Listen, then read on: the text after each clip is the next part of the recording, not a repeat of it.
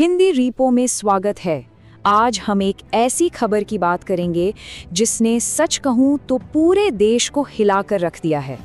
चलिए आज एक ऐसी कहानी की गहराई में उतरते हैं जिसने भारतीय स्पोर्ट्स की दुनिया में जैसे भूचाल ही ला दिया है। और हाँ, ये कहानी हमारे एथलीटों की सेफ्टी पर बहुत बड़े, बहुत गंभीर सवाल खड़े करती है। तो हुआ ये है कि नेशनल शूटिंग कोच हैं अंकुश भारद्वाज, उन्हें national rifle association of India ने सस्पेंड कर दिया है। वजह, एक 17 साल की एथलीट ने उन पर यौन उत्पीड़न का मतलब सेक्सुअल असॉल्ट का एक बहुत ही गंभीर आरोप लगाया है। पर देखिए, ये कहानी सिर्फ एक इंसान के बारे में नहीं है, नहीं, ये हमारे पूरे स्पोर्ट्स सिस्टम के अंदर की एक बहुत बड़ी प्रॉब्लम को सामने लाती है। तो चलिए समझते हैं कि आखिर हुआ क्या था। तो चलिए कहानी को शुरू से समझते हैं, देखते हैं कि पुलिस कंप्लेंट में क्या क्या बताया गया है, मतलब उस दिन क्या क्या हुआ था। तो यहाँ देखिए, ट्रेनिंग अगस्त 2025 में शुरू होती है, सब ठीक चलता है। फिर आता है 16 दिसंबर 2025, नेशनल चैंपियनशिप के दौरान कुछ ऐसा होता है जो सब कुछ बदल देता है। और फिर देखिए कितनी तेजी से चीजें आगे बढ़ी। 6 जनवरी को एथलीट अपनी मां को बताती है, FIR होती है और अगले ही दिन 7 जनवरी को कोच सस्पेंड हो जाते हैं। अच्छा, तो कंप्लेंट के हिसाब से हुआ क्या? पहला कदम, कोच ने 17 साल की शूटर को ये कहकर होटल में बुलाया कि चलो तुम्हारे मैच की परफॉर्मेंस को एनालाइज करते हैं। फिर दूसरा कदम, उस पर दबाव डाला गया कि वो लॉबी से उनके कमरे में आए और फिर कमरे के अंदर कथित तौर पर जबरदस्ती बैक रब करने के बहाने उसका यौन उत्पीड़न किया गया। मतलब एक कोच जिस पर एक एथलीट इतना भरोसा करता है, उसी ने कथित तौर पर उस भरोसे को पूरी तरह से तोड़ दिया।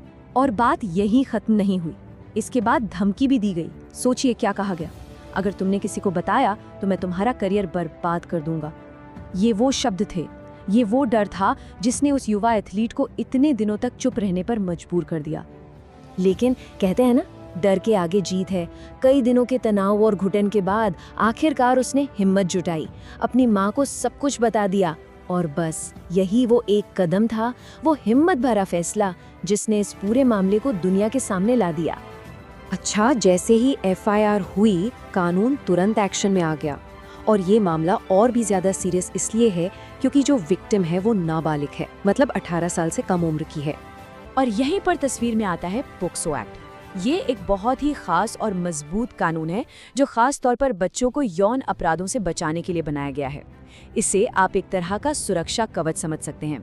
और जब ये एक्ट लगता है तो इसका मतलब है कि केस को बहुत ही ज्यादा गंभीरता से लिया जा रहा है। तो कोच अंकुश भारद्वाज पर जो चार्ज लगे हैं वो कोई छोटे मोटे नहीं हैं। पहला, POCO एक्ट का सेक्शन 6 जो गंभीर यौन उत्पीड़न के लिए है, और दूसरा, भारतीय न्याय संहिता के तहत आपराधिक धमकी देने का चार्ज। मतलब ये दोनों ही बहुत संगीन आरोप हैं जिनमें सजा भी बहुत सख्त होती है। तो कानून तो अपना काम कर रहा है, पर पुलिस की जांच कहां तक पहुंची है, चलिए अब उस पर एक नजर डालते हैं।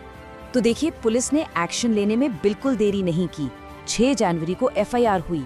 केस को संभालने के लिए 3 स्पेशल टीम्स बनाई गईं।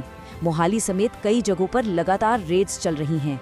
लेकिन एक प्रॉब्लम है, आरोप सामने आने के बाद से ही कोच फरार है। पर एक बात साफ है, ये केस सिर्फ कहने सुनने पर आधारित नहीं है। पुलिस का साफ साफ कहना है कि उनके पास आरोपी के खिलाफ मजबूत सबूत है। मतलब वो एक बहुत ही सॉलिड केस तैयार कर रहे हैं। और ये सबूत आ कहां से रहे हैं? देखिए, आज की पुलिसिंग कितनी हाईटेक हो गई है।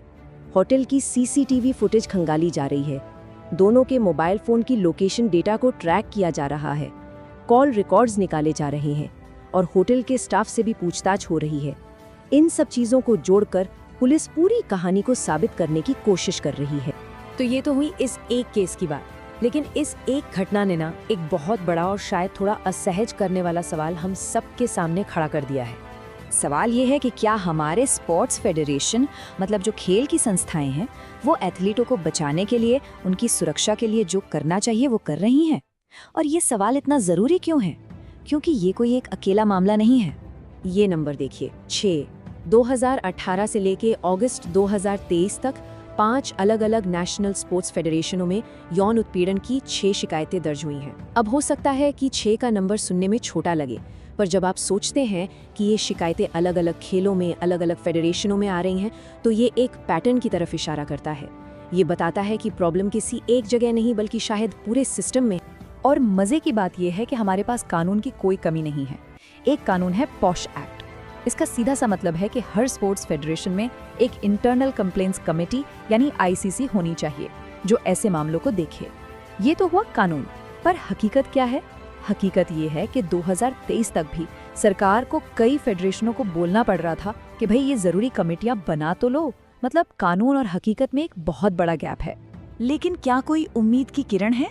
हाँ है। एक नए बिल का प्रस्ताव है, नेशनल स्पोर्ट्स गवर्नेंस बिल 2025, और इसका मकसद इन्हीं सब समस्याओं को जड़ से ठीक करना है। तो इस नए बिल में ऐसा क्या खास है? देखिए, इसमें 3 बड़ी बातें हैं। पहली, सभी फेडरेशनों के लिए एक सेफ स्पोर्ट्स पॉलिसी बनाना जरूरी हो जाएगा।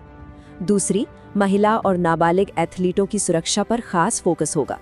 और तीसरी, झगड़ों को जल्दी सुलझाने के लिए एक नया नेशनल स्पोर्ट्स ट्रिब्यूनल बनाया जाएगा। तो इस पूरी कहानी का निचोड़ क्या है? यही कि एक एथलीट की हिम्मत ने आज पूरे सिस्टम को कटघरे में खड़ा कर दिया है। ये हमें सिखाता है कि कैसे एक इंसान की बहादुरी पूरे देश को उन कड़वी सच्चाइयों का सामना करने पर मजबूर कर सकती है जिनसे हम शायद नजरें चुरा रहे थे। ऐसी ही मुश्किल खबरों को आसान भाषा में समझने के लिए हिंदी रीपो को सब्सक्राइब करना मत भूलिएगा। देखने के लिए बहुत बहुत शुक्रिया।